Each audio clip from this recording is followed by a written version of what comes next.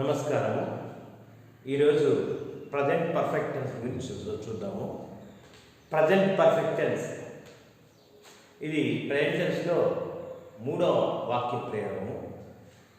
ఇక్కడ మనకు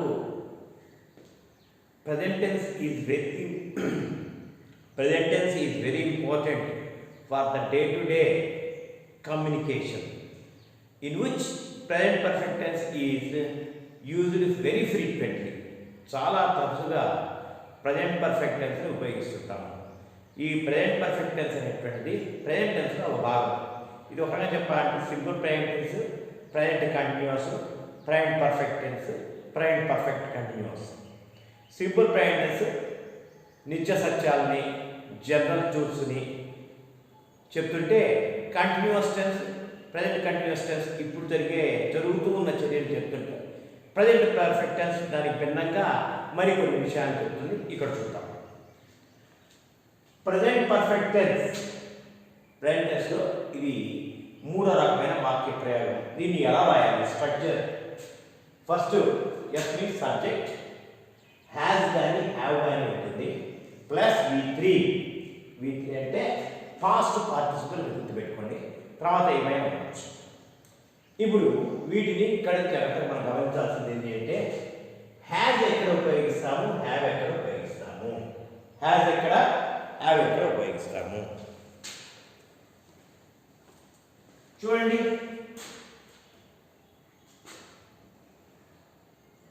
సబ్జెక్టుని మనం singular number, plural number, first person, second person, third పర్సన్స్లో చెప్పగలం. అంటే సబ్జెక్ట్ కనుక ఫస్ట్ పర్సన్లో ఉంది, సింగులర్లో ఉంటే ఐ అవుతుంది, ప్లూరల్లో ఉంటే వి అవుతుంది. సెకండ్ పర్సన్ యూ అవుతుంది. సింగులర్ అయినా యూనే, ప్లూరల్ అయినా యూనే. థర్డ్ పర్సన్ సింగులర్లో హీ కానీ, షీ కానీ, రవి, గోపి ఇలా ఉంటాయి. ప్లూరల్ వచ్చేసి దే అవుతుంది. ఇలాంటప్పుడు ఈ ఒక్క సందర్భంలోనే హ్యాజ్ ఉపయోగిస్తాము. మిగిలిన అన్ని సందర్భాల్లో కూడా హ్యాజ్ ఉపయోగిస్తాము. అంటే I have, we have, you have, they have అని చెప్తాం. అదే హీ వచ్చినప్పుడు has, she has, it has, Gopi has, Ravi has అని చెప్పాల్సి ఉంటుంది. తర్వాత V3 అంటే ఏంటి? V3 అంటే చెప్పా కదా, వెర్బ్ యొక్క మూడో రూపము. వెర్బ్ యొక్క మూడో రూపం ఏమైంది? Present tense, past tense, past participles. అంటే వెర్బ్ మూడు రూపాలు ఉన్నాయి. ఒకటి ప్రెజెంట్ టెన్స్లో ఉంటుంది, రెండు దాన్ని పాస్ట్ టెన్స్లో ఉపయోగిస్తాము రెండో రూపాన్ని, మూడో రూపము వెర్బ్ యొక్క మూడు రూపాన్ని పాస్ట్ పార్టిసిపుల్ అంటాము. దీన్ని పర్ఫెక్ట్ టెన్స్లో ఉపయోగిస్తాము, ముఖ్యంగా ప్రెజెంట్ పర్ఫెక్ట్ టెన్స్లో. చూడండి, ఇక్కడ వెర్బ్ రాస్తున్నాను. Go, went, gone.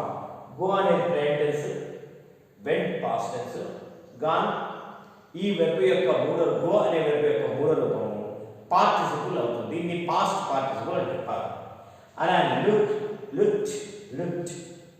కాబట్టి ఇక్కడేమో మూడు వేరు రూపాల్లో ఉంటే, ఈ సందర్భంలో మాత్రము చివరి రెండు రూపాలు ఉంటాయి.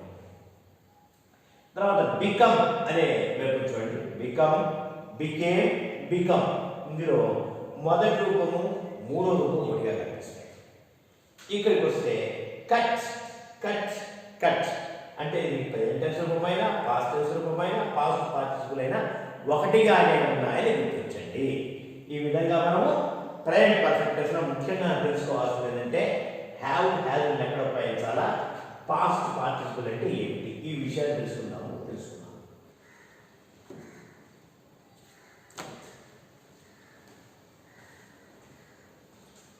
Present perfect tense where we use, ఎక్కడ ఉపయోగించాలి ప్రెజెంట్ పర్ఫెక్ట్ టెన్స్ని, ఏ సందర్భంలో ఉపయోగిస్తాము.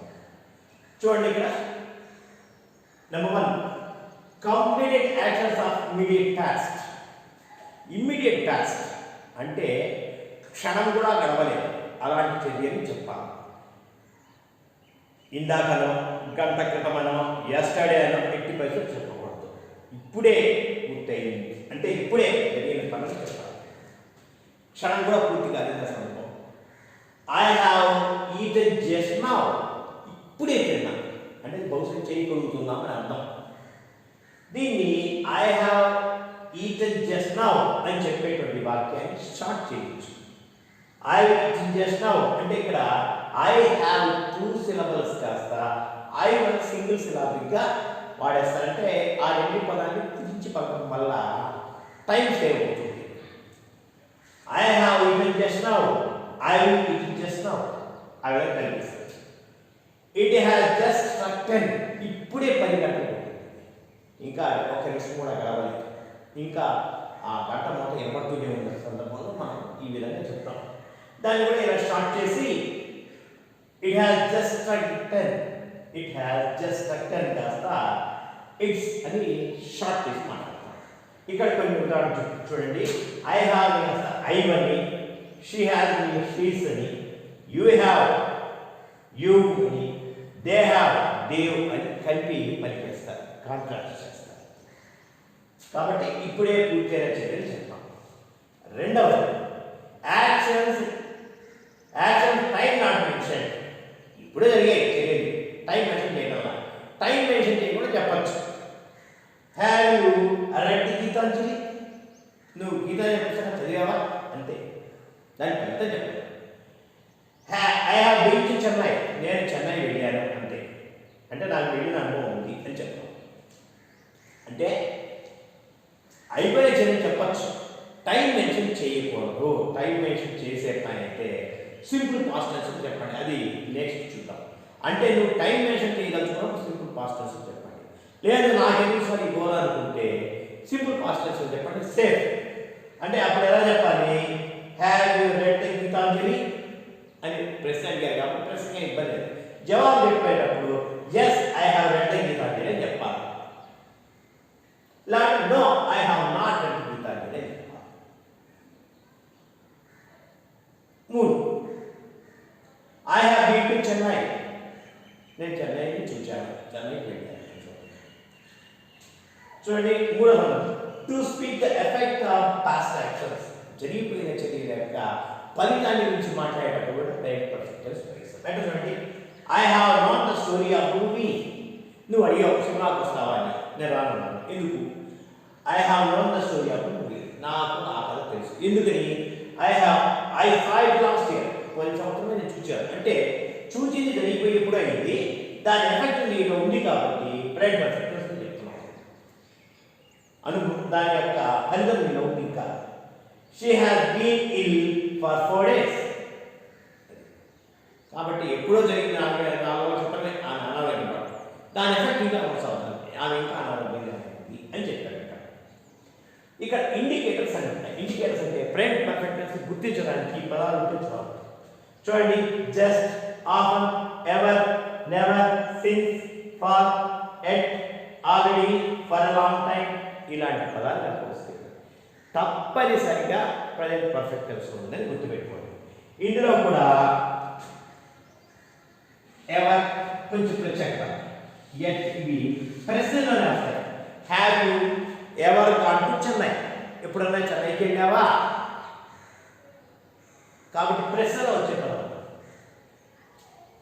ఎవర్ ప్రశ్న వస్తే నెవర్ సమాధానంలో వస్తుంది. Have you ever gone to Chennai? No I have never gone to Chennai, ఎప్పుడు పోలేదు అని చెప్తాను. ఎట్ ఎప్పుడు?